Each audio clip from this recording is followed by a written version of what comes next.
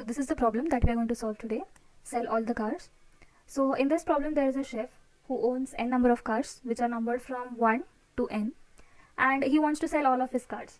So he'll sell one car every year, and the prices of these cars are given in the form of P of I, which is denoted by P of I, and the prices of each car will reduce by 1 unit per year until he sells it. So whatever be the case, the price of this car, of any car, is not going to go below 0.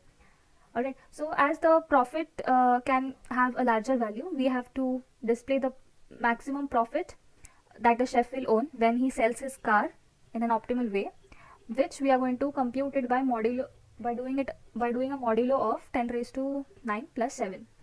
So this is the input that is given. There will be test cases given, and in every test case there are two lines, in which the first line is going to be the number of cars and the second line is going to be the prices of this n cars. So they can be in any order, and the chef has to choose what will be the proper way, or what will be the proper order in which he sells his car, so that he'll gain maximum profit. So these are the constraints of test cases, number of cars, and prices of those cars. And yes, so this is the input and output. So let's understand our problem with the help of an example. Let's say that the chef owns 5 cars, that is, in our case, n is equal to 5.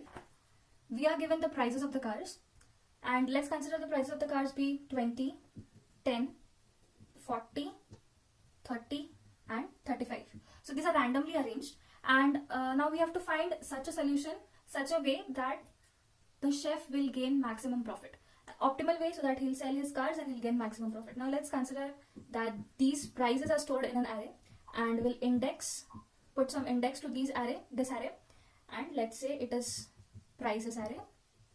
Okay, so now obviously if first the chef will sell the car with price 40, he'll gain more profit.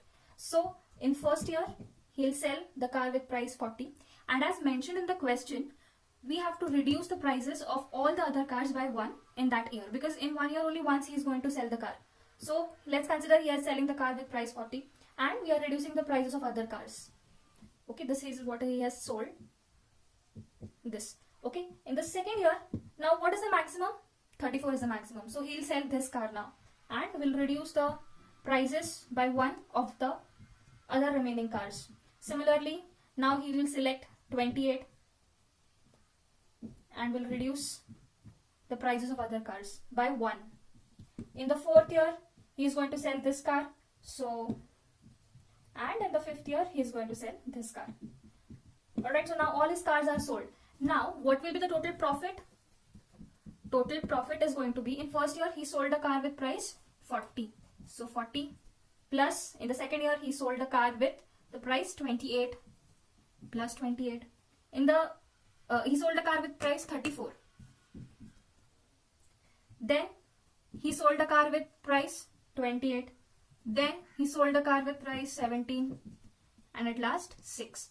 So we'll get the total profit, and so in this way he'll sell. Now, understanding this in programmatic way, what we have done in every year is that now there are 5 cars, means he'll take 5 years to sell all the cars, right? So we are running a loop, or we are performing operation 5 times. So what we did in the first year, we found maximum from this array, that is 40. We took it, we had added in the prices, we had added in the profit array, profit variable. Then again we found out maximum 34, we sold it, and we added in the profit. Similarly we have done. But what is happening here, every time when we are iterating for that particular year, we have to first find what 2 operations we are doing. Find maximum, and second what we are doing, reducing prices of other cars by 1. So the time complexity of finding the maximum is n. We can find the maximum by iterating the whole array, and it will take n times. And for reducing the price of all the remaining cars, it's going to take, say, we'll consider it will take somewhat near to n. Okay, not exactly n, obviously, because every time we are reducing the size of the array for reducing the prices. So we'll consider for now that it might take near to time complexity near to 1, near to n.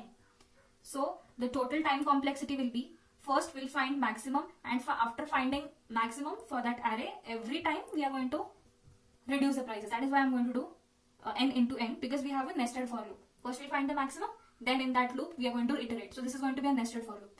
So this is going to become equal to n square, big O of n square, which is not an optimal solution because our constraint is 10 raised to 5. Maximum limit of n is 10 raised to 5. So what it is going to become? 10 raised to 5 into 10 raised to 5, which will result in 10 raised to 10, big O of 10 raised to 10. This is really not an optimal solution. Now, as we know that in every year we are selecting the maximum. So instead of finding maximum every time in every year, why not just sort it? If we'll sort it in decreasing order, so we'll not have to always find the maximum. The maximum will be automatically arranged accordingly one after the other. So let's see how it will work. Okay, so now we have sorted this array 40, 35, 30, 20 and 10. Now what we'll do, we'll maintain a variable of profit where we are going to add every time the profit. In first year, we'll iterate the array by taking index, say I. Now when I is equal to 0, that time our profit is going to be 40. So in the first year, I'll add 40, or my profit, or the chef's profit is going to be 40 first.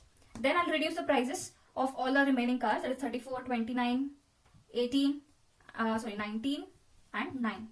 In the second year, now my I is going to be 1. So whatever is the value at 1, I'm just going to simply add that, because that is the maximum that I'm going to get, right? And I'll reduce the remaining cars' prices. In the third year, I'll simply select, when I becomes 2, I'll simply select this price which is at the index 2 and I'll simply add it. So similarly, when for 3, I'm going to, and when I is equal to 4, it will become 6, right? So in this way, I'll just keep on adding and iterating over the loop. Now there's also one more problem in this. What are we doing? What we have sorted our array in descending order, and for every value or for every year, we are reducing the prices of remaining by iterating a nested for loop, right? So can there be any optimal solution? Yes, there can be. Now we can observe that these prices, the prices of these cars are getting reduced. So but by how many they are getting reduced? Now the value of 35 is becoming 34. The value of 30 at last is becoming 28. The value of 20 is at last becoming 17. And the value of 10 is becoming 6. Means this price is getting reduced by 1. This price is getting reduced by 2. This price is getting reduced by 3. And this price is getting reduced by 4. Can you understand this? The number of decrease, or the amount that is getting reduced from their original prices, is equal to the index. So it has become more simple for us now. What are we going to do? We are going to maintain a variable which is profit. We are going to every time add the index, that the prices that is present on the index I, but we are going to reduce first the prices by its index. I'll explain you this with a formula. So what exactly we are going to do is, profit is equal to profit plus prices of I minus I, right? Because 35 minus I, so that time I is going to be 1, so 35 minus 1 is 34. In the next loop, in the next iteration, we are going to get 30 minus 2, which is its index, which is 28. So similarly, we are going to iterate and we are going to get the profit. Initially, the profit is going to be 0 and we are going to put this in a loop. Now let's quickly see what the loop will look like. It will be like for I is equal to 0, I less than n and I plus plus. So here initially we are going to sort the prices array, right? In descending order. And in this, we'll have to put one more condition, that if the prices of I is greater than or equal to 0, because it is given in the question that the prices does not reduce less than 0, whatever be the case, okay? And we are going to do profit plus equal to prices of I minus I. I'm sorry, this condition should be prices of I minus I. If this is greater than or equal to 0, then only we are going to reduce. Otherwise, already that value has become 0. So there is no need to reduce it further. So we are going to complete our program in big O of n, which is the optimal solution for now. There is one more thing. that the prices can reach up to 10 raised to 9, which we cannot hold it in a long int also. It might reach into 10 raised to 9 plus 10 raised to 9 plus 10 raised to 9, so which is really not going to fit in long int. So what we are going to actually do, we are going to just mod here every time the price of the profit. So let's understand that with the help of our code. Now let's quickly code the logic and see if it is working fine.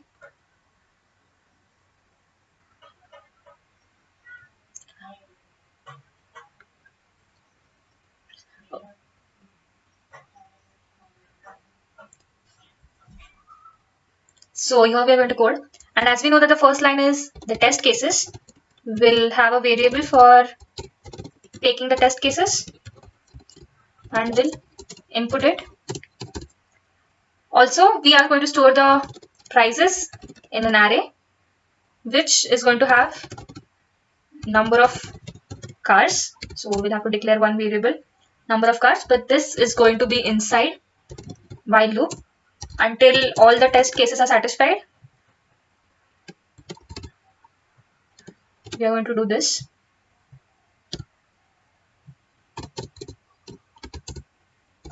And we'll have one int number of cars. We'll input that number of cars, and now it's the time to input the prices of the cars.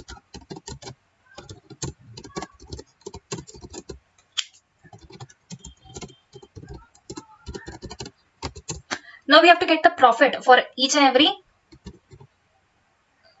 test case. So we'll have a function get profit, which is where we are passing prices and number of cars, and this will be on separate lines. Okay, let's import a library because we want to sort and do other stuff.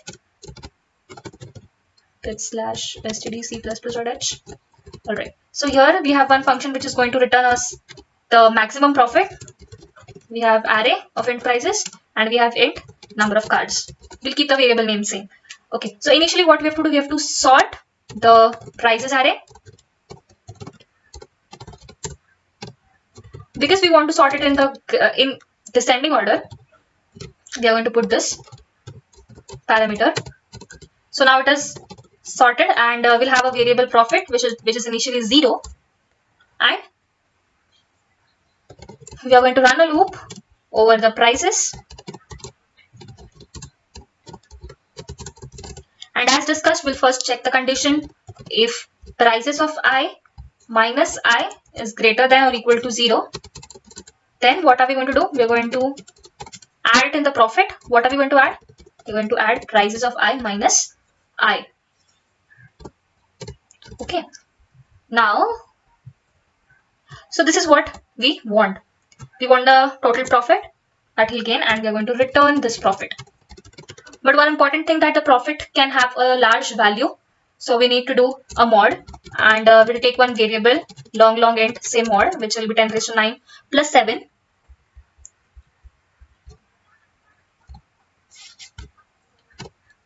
And every time in the loop, we are going to mod the profit is equal to profit mod this mod variable, or simply we can do it as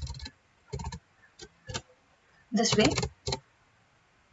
Okay, so yes, I think that's it. And now we'll submit the code and see if our code is working fine.